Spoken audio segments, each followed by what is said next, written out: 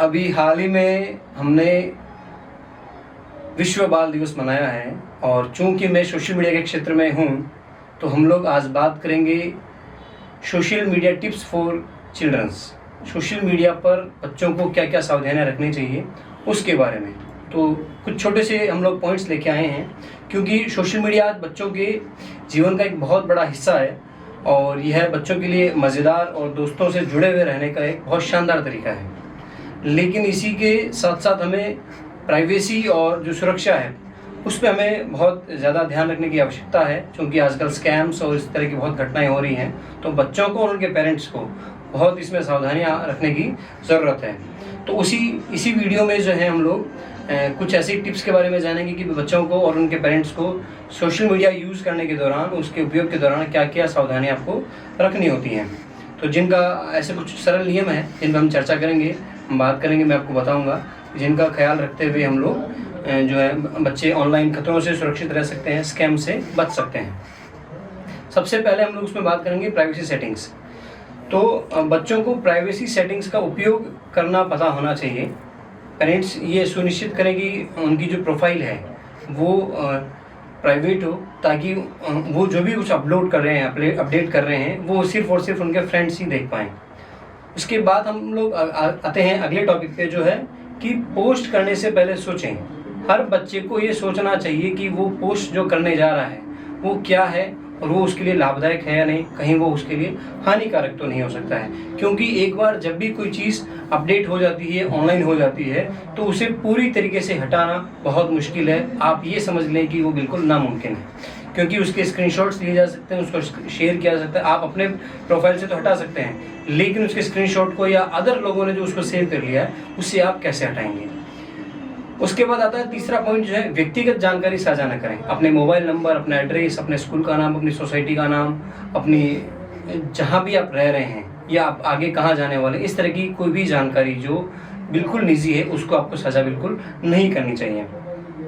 अगला पॉइंट है चौथा, दोस्तों से सावधान रहें। आपकी जो ऑनलाइन जो फ्रेंड्स हैं उनसे आपको सावधान रहना चाहिए। इसका सबसे सटीक जो तरीका है, आपको ऑनलाइन उसी फ्रेंड से जुड़ना चाहिए जिनको आप वास्तविक जीवन में जानते हो। आप अननोन जो लोग हैं जिनको आप नहीं जानते वास्तविक जीवन में, उनको आपके ऑनलाइन सर्किल में आपको जोड़ना ही नहीं चाहिए। ये सबसे शानदार और सटीक तरीका है स्कैम से या अनजान लोगों से बचे रहने का। उसके बाद आता है फिफ्थ पॉइंट, जो है वो है रिपोर्ट और ब्लॉक करें। कोई व्यक्ति जो नया है, आपके लिए अननोन है और वो आपको परेशान कर रहा है, तो उस व्यक्ति की प्रोफाइल को रिपोर्ट और ब्लॉक करना जरूर आपको आना चाहिए। छोटी सी जानकारी है ये, आप इसमें अपने प्रोफाइल में, उसकी व्यक्ति की प्रोफाइल में जाके आप उसको रिपोर्ट और ब्लॉक करना ये जरूर आपको आना चाहिए। और पेरेंट्स को उनको बताना चाहिए कि भी कोई व्यक्ति आपको परेशान कर रहा है, कोई भी यूजर है जिसको आप पर्सनली नहीं जानते हैं लेकिन वो आपको परेशान कर रहा है, किसी तरह की असहज कर रहा है आपको, तो वो रिपोर्ट और उसको ब्लॉक कर दें ताकि उससे अन्य व्यक्ति भी उससे बच पाएंगे और आप तो उससे खास करके बचे हुए रहेंगे ही रहेंगे।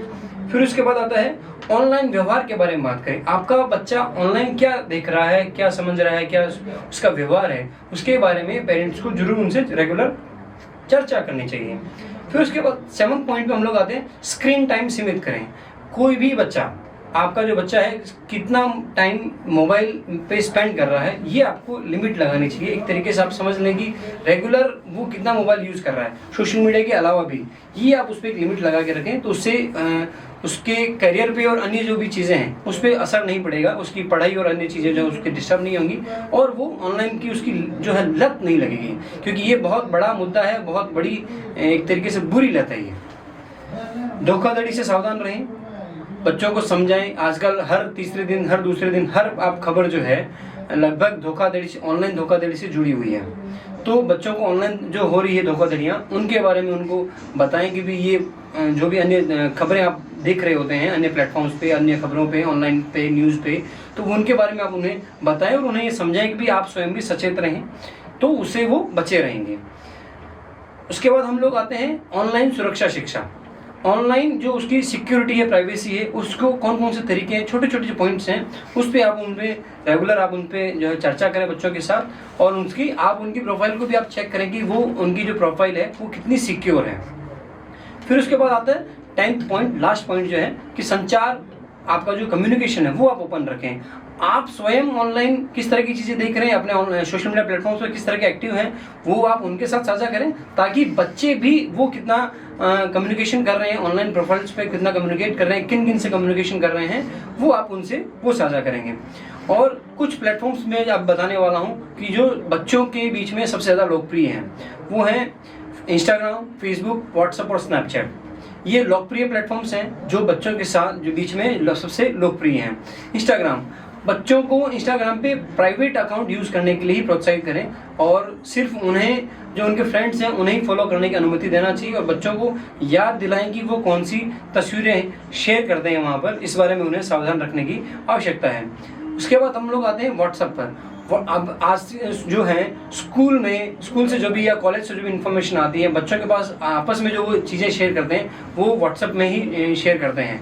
तो उन्हें ये याद दिलाना होगा आपको कि अपने जो व्हाट्सएप नंबर हैं वो सिर्फ अपने फ्रेंड्स सर्कल के साथ ही वो शेयर करें, अननोन लोगों के साथ, वो अन्य अजनबी लोगों के साथ वो शेयर नहीं करें। थर्ड में हम लोग आते हैं फेसबुक पर भी जो है बहुत बच्चे एक्टिव हैं। इंस्टाग्राम के बाद फेसबुक पर सबसे ज़्यादा एक्टिव बच्चे हैं।